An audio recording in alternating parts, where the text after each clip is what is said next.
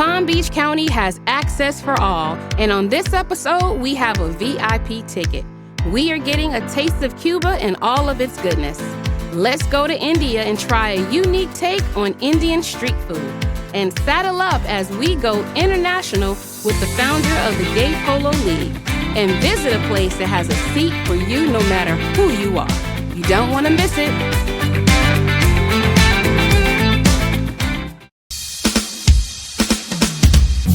Whether you travel from near or far, you want to be treated like a star. We have everything in PBC. If you're single or coming with your family, let's go. We have water slides or yacht rides, entertainment for the day or for the nightlife. Can't forget all the hotels and restaurants, especially with the water. Let's go. Let's go on some shopping sprees. Come with us, we're gonna show you all the must-sees. Let's go. Take you places that you can't believe. What's poppin' PBC? What's poppin'? What's poppin' PBC? What's poppin'? What's poppin' PBC? What's poppin' PBC? Hey, what's poppin' PBC?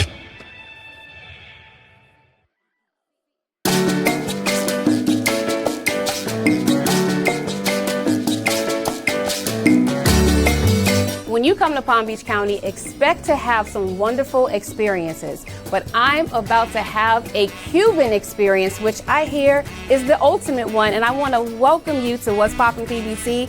Dina, you have shown me so much hospitality already. Thank you. Thank you, Kitty. Thank you for inviting me and having me here. So listen, I gotta give you a little secret. I did some research and I wanted to know where can I find some of the best Cuban coffee in Palm Beach County. And guess whose name came up? Don Ramon. Yes. So I wanted to say how to say it because I was going to say, is it Don Ramon or Remo? We had to practice. Okay, let's practice. Let's do it. Don Ramon. Ramon. Ooh, it sounds like the kitty cat in me. Kitty London is coming out.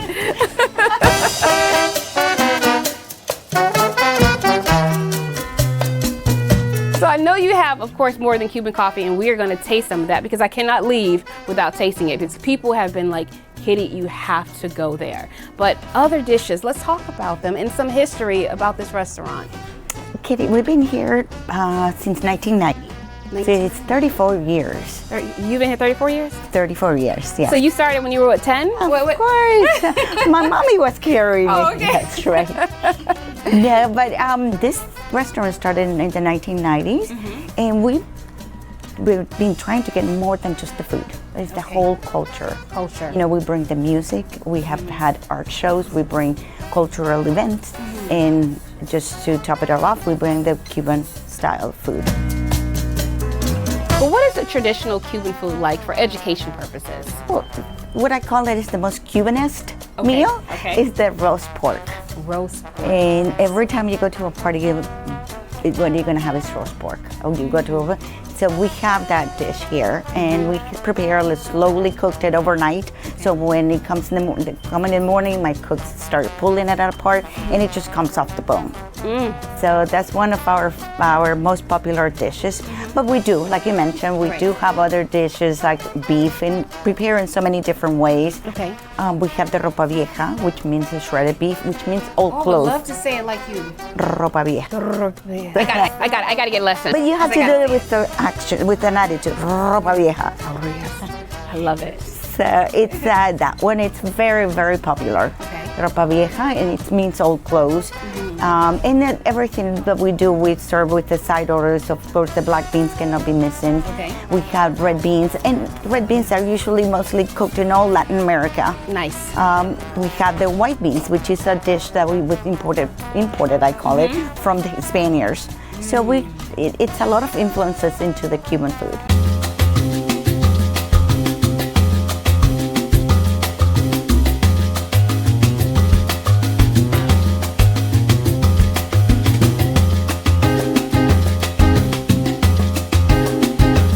I'm not going to be able to walk after this.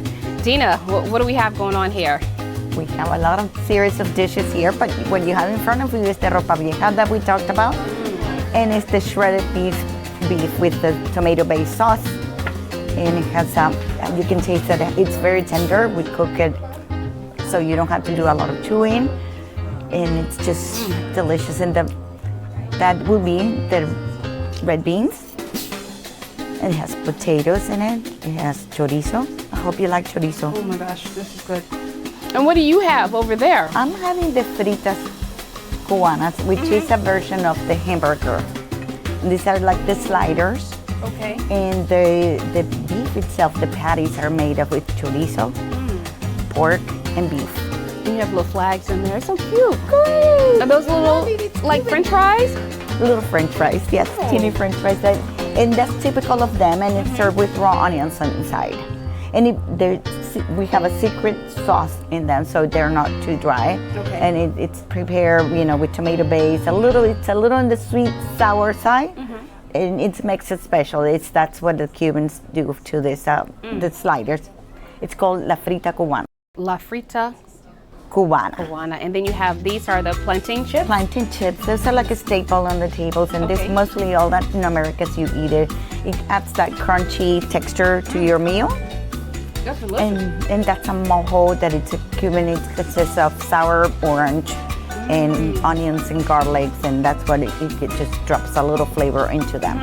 Because by themselves they're kind of not too much taste to it, so you have to add some kind of sauce. Delicious. And we talked about the fish, and voila, the whole fish is there. I know, a lot of people get scared with it, but it's delicious. And when it's fried, it's even better. And when you eat the crunchy part of it, it's just delicious. I can see the seasoning on there. It looks absolutely amazing. And then we have another option over there. Yeah, if you don't like the head or the tail, you always can get a fillet. And it's the whole red snapper fillet that we have. These chips are absolutely amazing.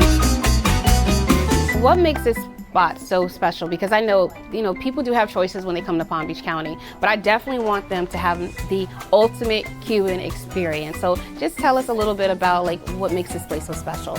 Well, I think, and honestly, I think in everything you do, you have to put your heart into it.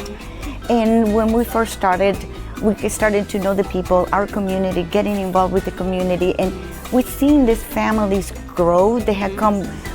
Kids have come here from going to high school, they go away for college, then they come back, they get married, they come back with their kids.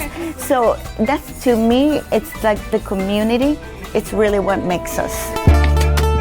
I am a lifetime customer at this point because the food and drinks, the hospitality, the dessert, the decor is absolutely amazing. What are your hours of operation here? We open from 11 to 9 on weekdays and 11 to 10 on the weekend. And if people want to find you, do you have a website as well? Of course we do. It's DonRamonRestaurant.com. DonRamonRestaurant.com.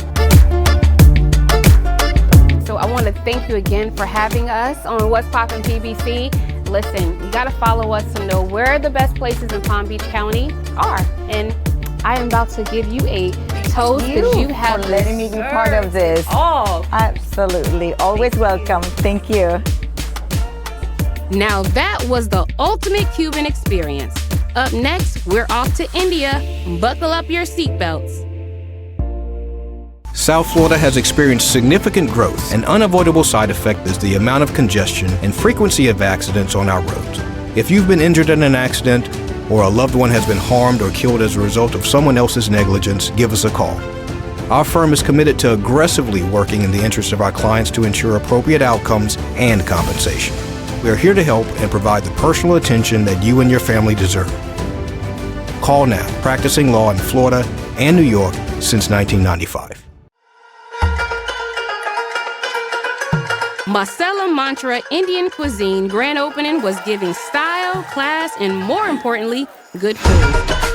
I spoke with the couple who was behind the vision. Thank you for coming on What's Poppin' PBC. Thank you so much for having us, and welcome to Masala Mantra Indian Cuisine. We're an Indian restaurant here, but not a traditional Indian restaurant. We're here to modernize the street food that you find in India. Nice, yeah. This is my first time. I've never had Indian food before. Can you tell me, for a first timer, what makes Indian food pop so much? So it's all about the different spices we use. If you know about the Indian food, so it's all about the different spices which we use in different food, which makes all different flavors. I think it's the combination of spices that we use that gives you different flavors, but you're using the same spices that everybody else uses. So is it really spicy? Because like, is it hot or So, mild? I think that's the biggest misconception that everybody has. When we say spice, they mean hot. But it's not that. Spice is actually flavor. Each spice has a different flavor, and how a blend of spices can add different flavors to your food. That is what we are trying to offer at this restaurant, where we are using traditional spices but giving it a modern touch to cater it to the people here at Royal Palm Beach.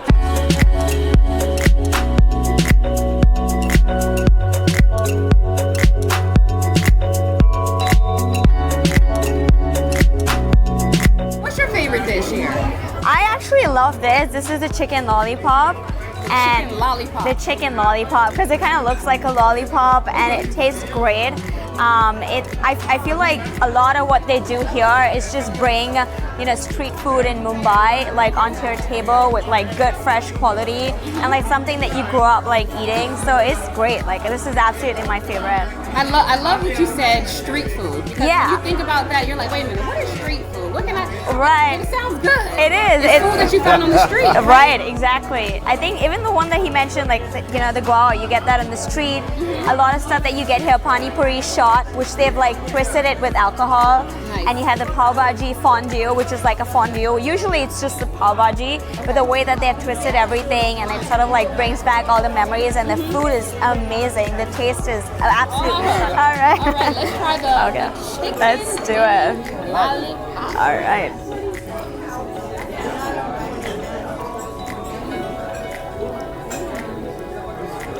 What do you think? This is good. This is good, right?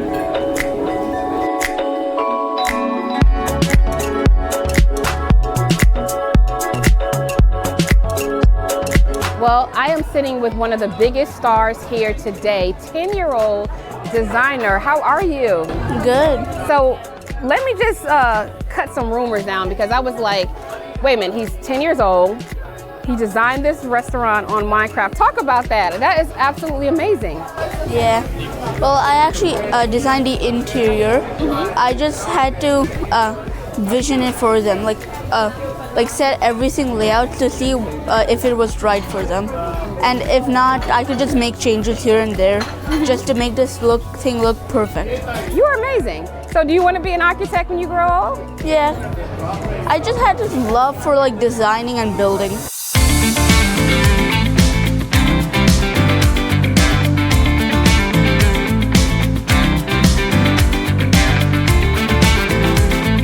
So let's talk about this appetizer in front of us. What is this? That's our stuffed mushrooms. Okay. So the mushroom is stuffed with spinach and cream cheese, but it's coated with the tandoori spices, which has got like red chilies, ginger garlic, and yogurt and chickpea flour. And then it's cooked in the tandoor. I'm not sure if you know, but a tandoor is like Oh, tell me. special oven that we have where we make the breads, the naans, and the tandoori items. Speaking of all this great food, and I'm tempted now to try this dish. Can we do it? Let's do it together, all right? Absolutely.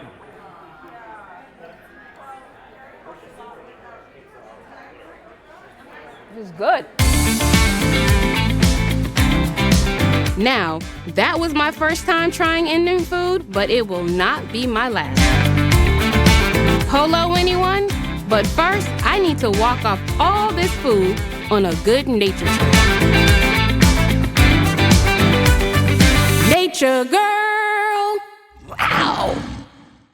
Once again, I'm out in nature. You know, the place that I love the most. And you know I'm being sarcastic. But I had to bring someone along with me who can give me a tour, because I know nothing about nature. But I got my girl here, Rosa from Total Fitness, who comes out here to get fit, but also to take healthy steps and to watch nature. I love nature centers because you come out here and sometimes you get to see the most amazing things. I've seen alligators fighting out here. I've seen them mating. I've seen an alligator chasing a raccoon. I've seen a lot. I've been coming out here about 5 or 6 years, and I've seen a lot over the years. So this is a big draw. This is what people come out here for during the season to see the woodstock birds. This time of the year, they come out here and they mate and they nest. And they have the little one. Look at the little ones. Look. The males are the ones that build the nest. They're the ones that you see flying back and forth with the sticks in their mouths.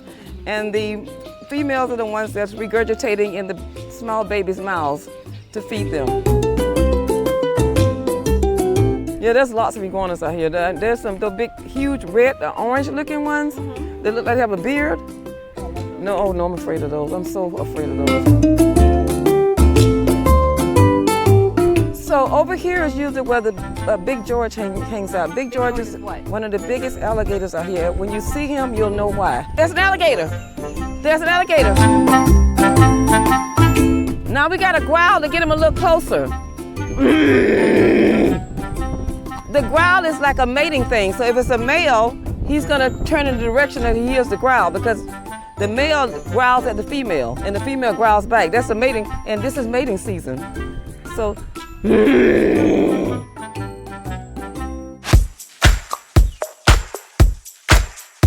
Wellington is known for being the home of many beautiful horses, but it's also the place that celebrates the diversity of the LGBTQ+ community. I met with founder Chip McKinney, founder of the Gay Polo League, to tell us all about it.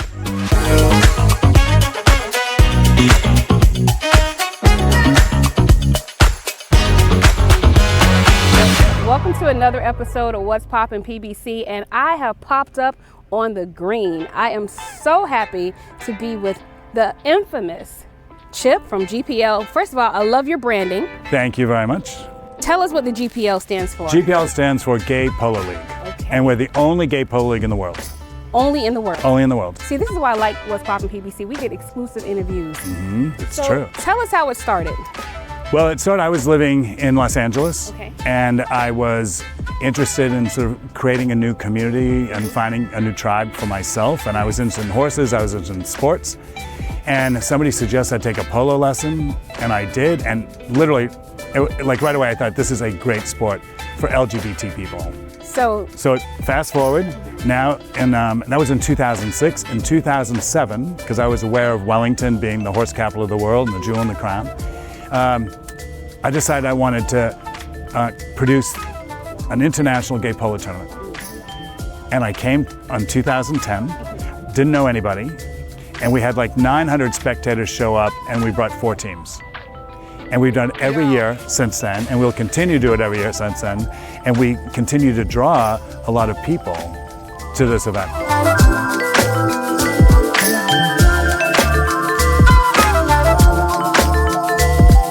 Well, tell us why we're here this weekend, because I'm ready for tonight, but we'll get into that. All right. So tonight, this is the second night of our 3-day event, which is called the Lexus International Gay Polo Tournament, presented by Douglas Elliman.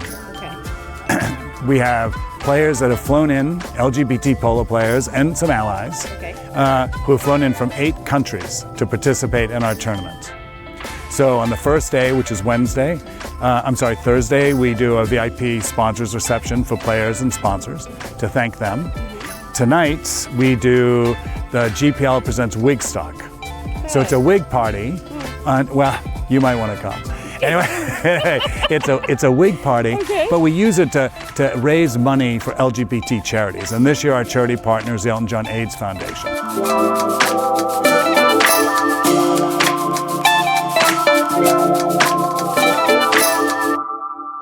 We couldn't talk about polo without grabbing a player, so I had to grab Gustavo, aka Gus. How are you? I am great. Yes, we are having a really fun time. Like, it's a lot of work, but then when I start the party, it's super fun. And like you finish and you say, okay, go to do one more week.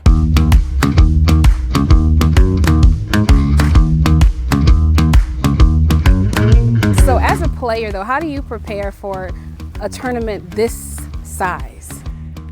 We train in my personal life. I train in a lot in swimming, bicycle, like in another different sports. And when I ride these tournaments, I start to try to play like 3-4 times a week, or ride or play or whatever. Like I have a contact with a horse.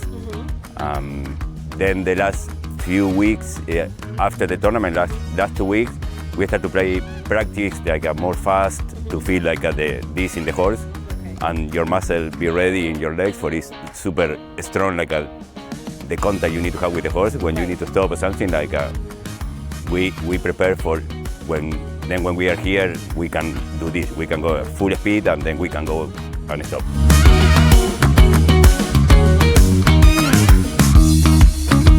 Tomorrow's our finals of the GPL tournament. Okay. So we have 2 matches. We have one at 1 o'clock in the afternoon, and we have one at 3 o'clock in the afternoon. So gates open at noon. Okay. And what you'll see when you hear it's more than just a polo game, it's really an experience. And for people who haven't been to it, and they ask me to describe it, I always say it's like the love child between Burning Man and Pretty Woman.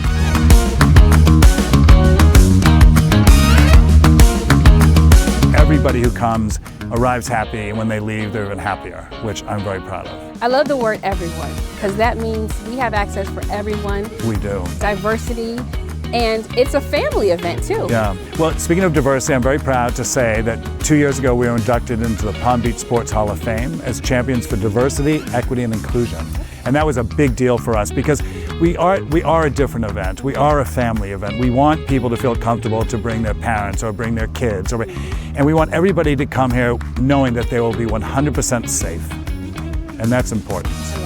And I'd like to give a plug, if I could, to the Village of Wellington and to Palm Beach County, who not only encourage us to be here, but they enable us to be here. They're supportive, they're sponsors, they attend our events. I mean, they've really made it, they've echoed loud and clear that Palm Beach County is a safe place for all people.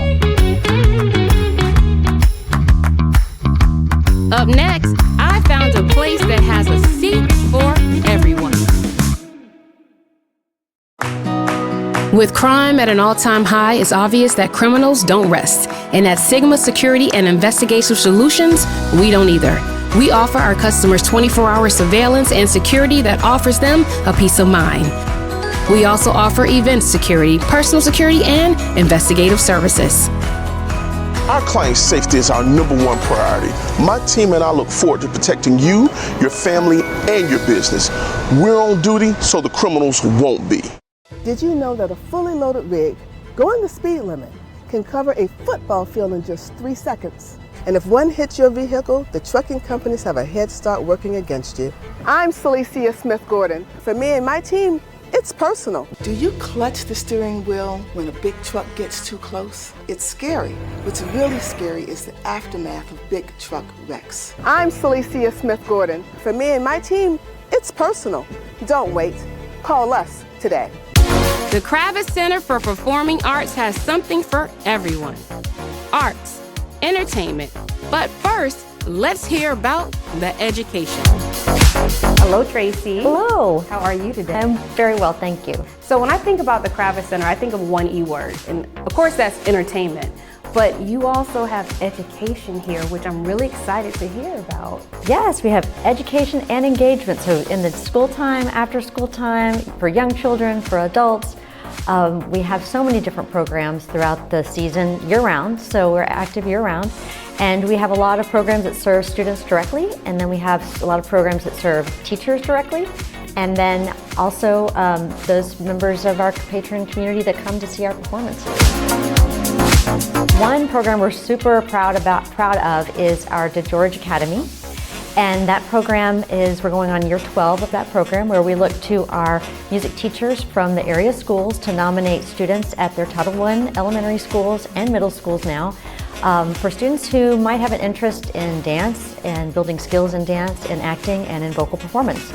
I generally love pop music, but I am trying to expand my genre over to classical. And someone told me to talk to Philip to tell me all about the classical choices that are here at the Kravis Center. So Philip, spill the beans. I got to hear about this. I'm so glad you came and asked me. We have a long history here at the Kravis Center. It's 42 years and counting now. It was known as the Regional Arts Series. It's now called the Classical Concert Series. We present the world's greatest orchestras. The world's greatest. The world's greatest. I promise you, look at that list and you will see the finest orchestras from around the world and from around this country. Nice. So you give people a little bit of everything. When they come from out of town, if they want to find a great orchestra, come here. Absolutely. There's always the leading soloists who join these orchestras. Major conductors or their music directors are with them. The programs will feature the romantic and classical masters that people might expect. Mozart, Beethoven, Brahms, Rachmaninoff. There are always modern compositions on our programs. Living composers, today's leading composers are always featured on the orchestra program. Now you got me a little more excited about classical. I'm not gonna lie, at first I was like, yeah, I'm a little hard sell, but your enthusiasm, another E word, got me excited. So I can't wait to see more. And please make sure you check out their website. There are plenty of seats here, and one has your name on it. I just got schooled on classical music, so I think I'm a little sold. But I heard that you are the man that's going to tell me about all the shows that you have at the Kravitz Center, because you are the director of marketing, honey. So spill the beans on what you have here. That's pretty funny. I am the director of marketing, and we do have a lot of different shows here. We have everything, like you said, from classical music all the way to comedy, because you know laughter is great for the soul. Wait a minute, you have comedy here now? We do. We have a lot of different comedians that are on our stage this year, and we're planning for a whole bunch more for next year as well. In addition to that, we have kids shows, right? Disney shows. We have, what else do we have? Oh, we have rentals, right? So like, for instance, Palm Beach Orchestra comes and performs on our stage. Miami Ballet, they come and perform on our stage. So it's all types of different organizations that we support. Not only do we present, but we also support here in this community. And I love how you broke it down, because listen, being in the community, I drive by here all the time. And before I actually step my feet in the building, I was like, that is huge. Yeah, it's big. Very intimidating. And I'm like, do they have a seat for me here? They have a seat for you here, and you should never feel intimidated to come in here, because it's welcome for all. And you can see it by our programming. Our programming is specific to this community to make sure it's inclusive for everyone. Well, there's some shows that do put that little oomph, as you say, in your heart. You have something coming up soon. Well, I don't know if it's gonna put the in your heart. It might put the wah in your whole body, okay? Oh, I like that. Like a wah in your whole body. Okay. So we have something called Space Explorers The Infinite that's coming. Space Explorers. Okay. The Infinite. The Infinite. It's an immersive virtual reality exhibition. Say what now? It's an immersive virtual reality exhibition featuring 360-degree video of space. So what we're doing is we're asking patrons to come, right? And what they do is they're going to experience the lives of astronauts, their daily lives. They're also going to be able to take a walk through the International Space Station. And then they're also going to see these magnificent views of Earth.